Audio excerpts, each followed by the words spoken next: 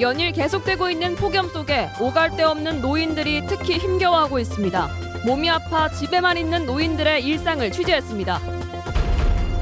무소속 천정배 의원이 전북을 찾아 신당의 필요성을 강조했습니다. 어제 정세균 새정연 의원과는 완전히 다른 견해로 양측의 세대결 국면입니다.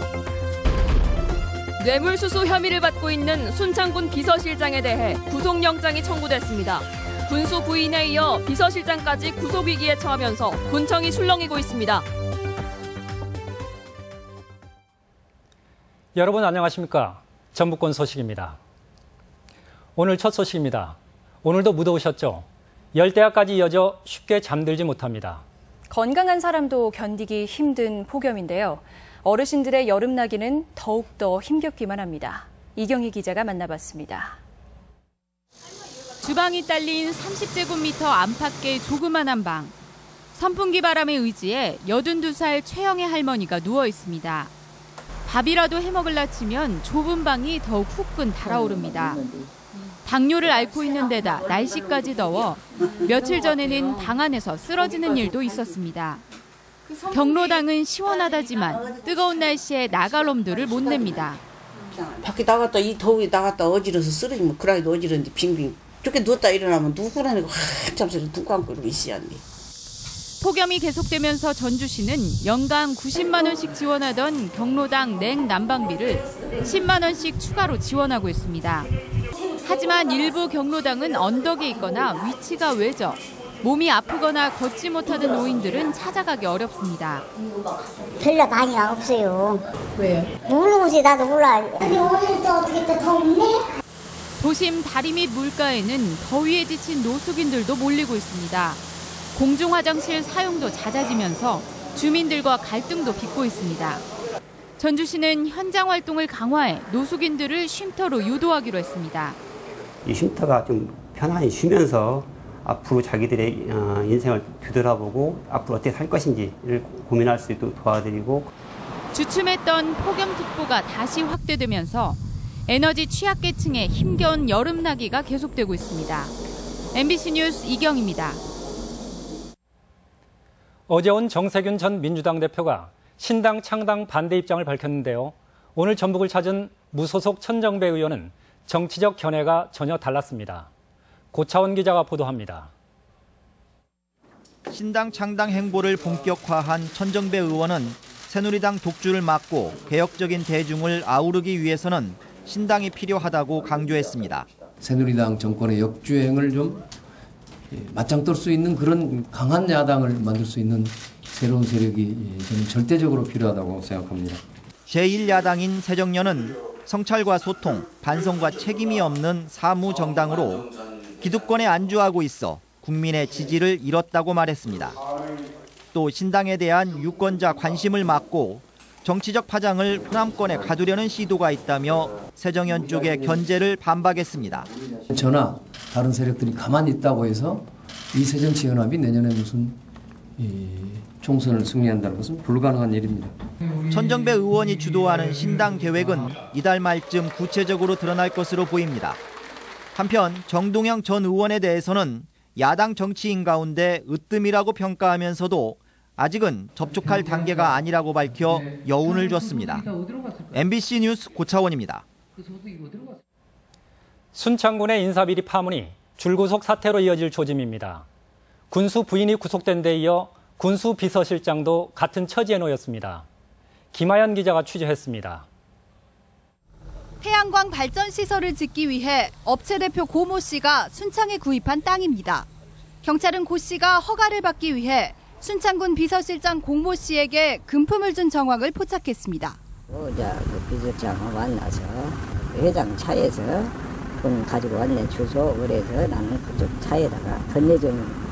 경찰은 공 비서실장이 업자에게 1억 원을 요구해 브로커를 통해 5천만 원을 받은 것으로 보고 이를 구속영장에 주된 혐의로 두고 있습니다. 땅을 사놓고 태양광 목적을 하려는데 아까 자기가 요구를 해서 줬죠. 자기가 모든 책임을 졌겠다 그래서. 공 씨는 또 지난 2013년 사무관 승진 인사를 앞두고 6급 공무원에게 승진 대가로 3천만 원을 요구한 혐의도 받고 있습니다. 순창군의 인사에 대해서는 잡음이 끊이지 않아 올해 초 공무원 노조가 시위에 나서는 등 문제 제기가 이어지기도 했습니다. 군수 최측근인 비서실장이 인사 과정에서 뒷돈 거래를 시도한 정황이 드러나면서 공무원 사회는 술렁이고 있습니다. 계속 승진에 밀리다 보니까 내가 돈도 없고 그래서 내가 넘기를 힘들었어요. 제가 봤을 때는 이런 분위기들이 상당히 실망하는 사람들 직원들이 많을 거예요. 공 비서실장은 지난달 13일 사직서를 낸 이후 보름 넘게 모습을 드러내지 않고 있습니다. 근데 연가를 다 쓰면 이제 나와야 되는 부분도 있는데 사직서를 이제 본인이 사직서를 내버려놔서. 순창군수 부인이 공무원 채용 대가로 금품을 받은 혐의로 구속된 데 이어 비서실장까지 구속 위기에 처하면서 순창군정이 술렁이고 있습니다. MBC 뉴스 김하연입니다. 대학 수학 능력 시험일이 오늘로 꼭 100일 남았습니다. 갈수록 수시 모집 비중이 높아져서 미리 입시 전략을 짜는 게 특히 중요합니다. 보도에 강동혁 기자입니다. 전주의 한 고등학교 고3 교실. 수능이 100일 앞으로 다가오면서 수험생들의 얼굴에 긴장감이 역력합니다.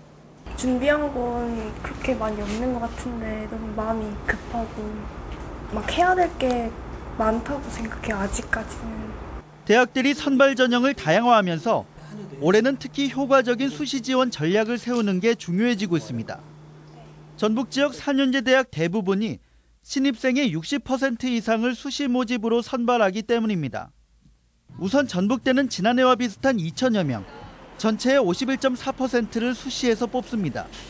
이 가운데 교과 성적을 중심으로 1,400여 명을 선발하는데 도내 학생만을 대상으로 의치학과 신입생 47명을 선발하는 전형이 진행되고 다문화가정과 다가구 자녀 등을 위한 사회통합 전형과 만학도 전형 등이 신설된 점도 눈길을 끕니다.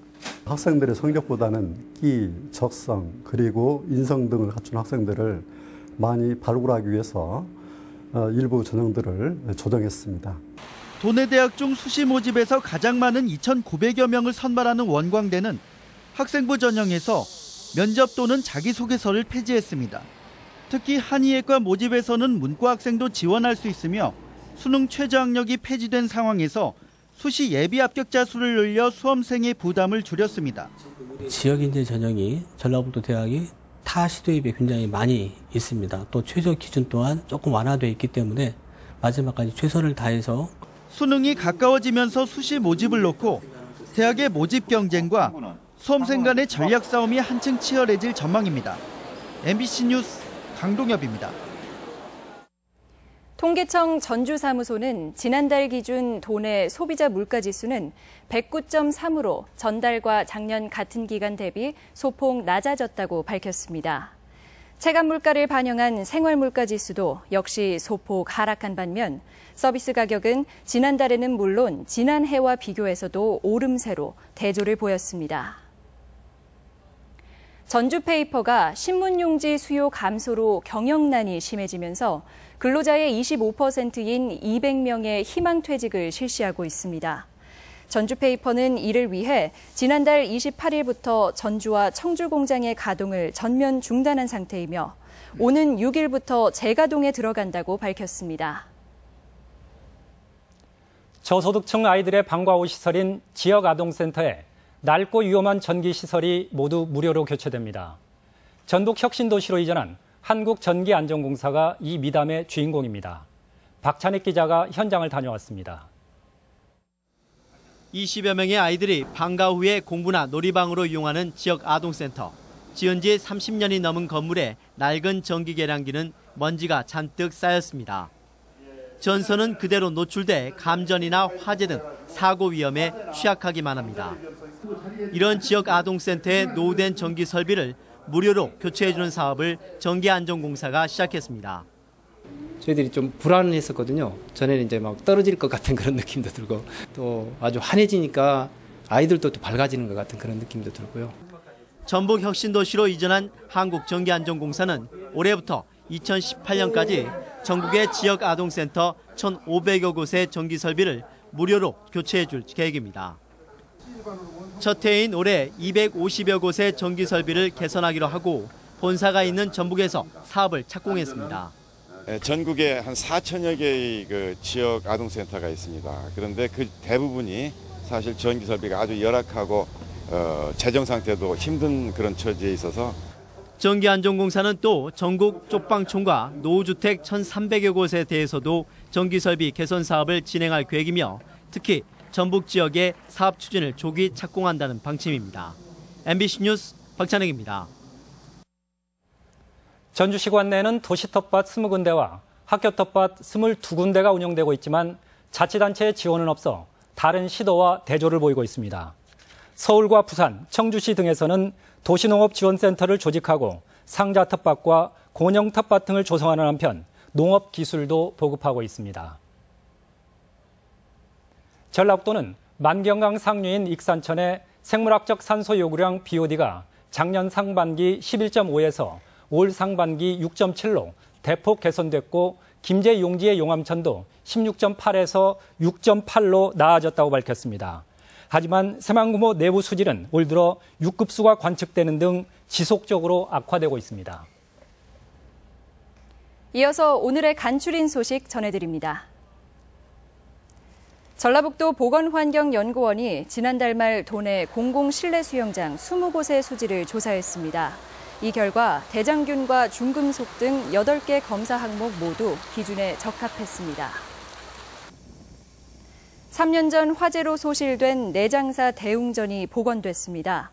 정면 5칸, 측면 3칸의 팔짝지붕 형태로 복원된 대웅전은 2, 3년 뒤 단청 작업을 거쳐 최종 낙성식을 갖게 됩니다. 익산시청 소속 김지연, 최신희, 권영준 선수가 내년 브라질 올림픽 펜싱 국가대표로 선정됐습니다. 선수들은 훈련과 평가전을 거쳐 단체전과 개인전 출전 자격을 얻게 됩니다. 전주 지역 27세 미만 청년 3명 중 1명이 건강에 이상이 있는 것으로 조사됐습니다. 질환별로는 고중성 지방이 15%로 가장 많았고 간 기능 수치 이상 12%의 순이었습니다. 최근 열사병 환자가 잇따라 발생하면서 시군의 방문건강관리 전담팀이 운영됩니다. 고창군은 만성질환자와 취약계층 가정 등의 전문 인력을 활용한 교육을 강화하고 있습니다. 귀농 기춘 인구가 꾸준히 늘고 있지만 지원 예산은 제자리에 머물고 있습니다. 국회 박민수 의원에 따르면 지난해 도내 귀촌 가구는 3,081가구로 2012년 990가구에 비해 3배 이상 늘었고 귀농은 1,200가구로 비슷한 수준을 유지했습니다. 박 의원은 귀농 귀촌에 대해 2차 보전과 지원 예산은 오히려 줄고 있다며 정부 예산을 늘려야 한다고 주장했습니다. 국회 이상직 의원은 전주 MBC 라디오에 출연해 해당 법안은 보건복지위와 법제 법사위를 거쳐야 본회의에 상정될 수 있다고 밝혔습니다. 정권 소식이었습니다.